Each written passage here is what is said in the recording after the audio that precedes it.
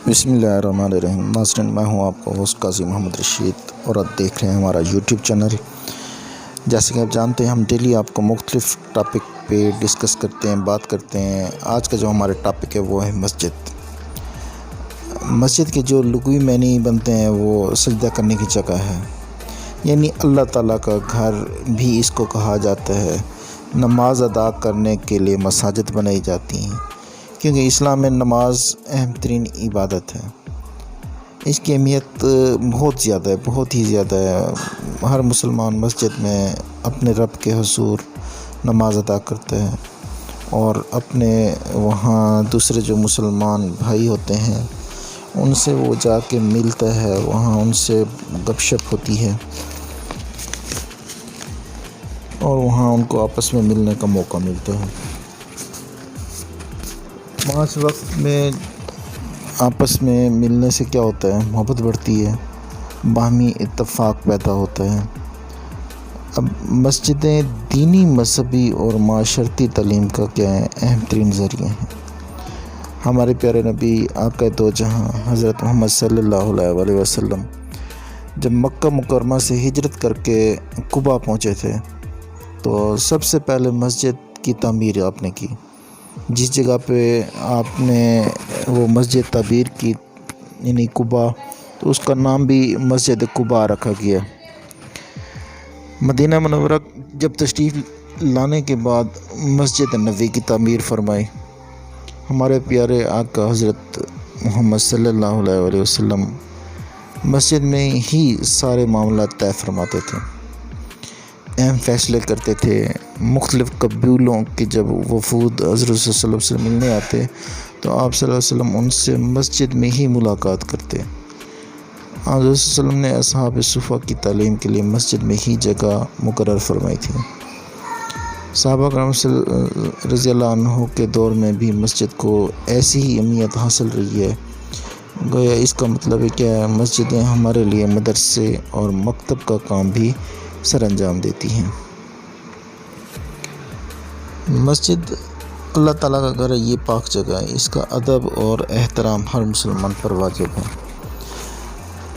मस्जिद के चंद आदाब हैं जिसका हमें ख़ास ख्याल रखना होता है। अब जब मस्जिद में हम दाखिल होते हैं तो उसके लिए सबसे पहले हमें दायां पाँव अंदर रखना चाहिए और दुआ पढ़नी चाहिए, अल्लाहुम्मा फ़्तह ली अब्वाब रहमतिका, ऐ अल्लाह मुझ पर अपनी रहमत के दरवाज़े खोल दे। मस्जिद में गैर ज़रूरी बातों से इज्तनाब करना चाहिए। मस्जिद में नमाज़ पढ़ने वाले के आगे से ना गुज़रें, ऊंची आवाज़ से बातें ना करें, सफाई और पाकीज़गी का ख़ास ख्याल रखें। प्याज, लहसुन, मूली, कोई ऐसी चीज़ जिससे आपके मुंह में बदबू पैदा हो, खाकर मस्जिद नहीं आना चाहिए। जो लोग मस्जिद में पहले से बैठे हों उनसे आगे नहीं निकलना चाहिए। और मस्जिद में हमेशा बावज़ू रहें, खुशबू लगा कर जाएं। मस्जिद से निकलते वक्त बायां पाँव बाहर रखें और दुआ यही पढ़ें, अल्लाहुम्मा इन्नी असअलुका मिन फ़ज़लिका, ऐ अल्लाह मैं तुझसे तेरा फ़ज़ल तलब करता हूँ। नाज़रीन, अब ये जो बातें हमने की हैं, बातें आपको बताई हैं, ये आप लोगों को पहले से मालूम होगा, ये वो मुस्लिम हमें पता होना चाहिए। लेकिन हमें इन तमाम बातों में जो मस्जिद के आदाब हैं इनको मलूज़ खातिर रखना चाहिए कि ख़ास तौर पर साफ़ सुथरा होकर, पाक साफ़ होकर आप मस्जिद में जाएं। अगर आप वहाँ पे बैठे हैं, गप कर रहे हैं, लेकिन इस अंदाज़ में बातें करें, इस अंदाज़ में बैठें कि अगर एक शख्स नमाज़ पढ़ रहा है वो आपकी वजह से डिस्टर्ब ना हो। और जो पहले आते हैं, अक्सर देखा यही जाता है कि कुछ लोग अगर गर्मी है तो पंखे के नीचे बैठ गए, जहाँ एसी लगा उसके करीब बैठ गए, जो आगे की सफ़े हैं वो खाली रह जाती हैं बाज़ वक़्त। तो जब नमाज जमात के लिए खड़ी होती है तो वहाँ पर फिर पीछे वालों को आगे आना पड़ता है। लेकिन तरतीब ये रखनी चाहिए कि जो पहले आता है वो पहले वाली सफ़ों पे बैठें, जो बाद में आते हैं वो फिर दूसरी सफ़ों में, इस तरह तीसरी, आहिस्ता आहिस्ता आहिस्ता वो स्टेप बाय स्टेप मुकम्मल हो जाए। बाज़ वक़्त سردیاں ہوتی ہیں، لوگ باہر سین میں بیٹھ جاتے ہیں، اندر مسجد میں جو ہے نا وہ خالی جگہ پڑی ہوتی ہے۔ جب نماز کا ٹائم آتا ہے، یعنی امامت مولانا صاحب کراتے ہیں، تو پھر پیچھے والے آگے اور جو دھوپ پہ بیٹھے ہوتے ہیں وہ دھوپ پہ رہنے کی کوشش کرتے ہیں تاکہ ہم دھوپ میں رہیں، سردی سے بچ جائیں۔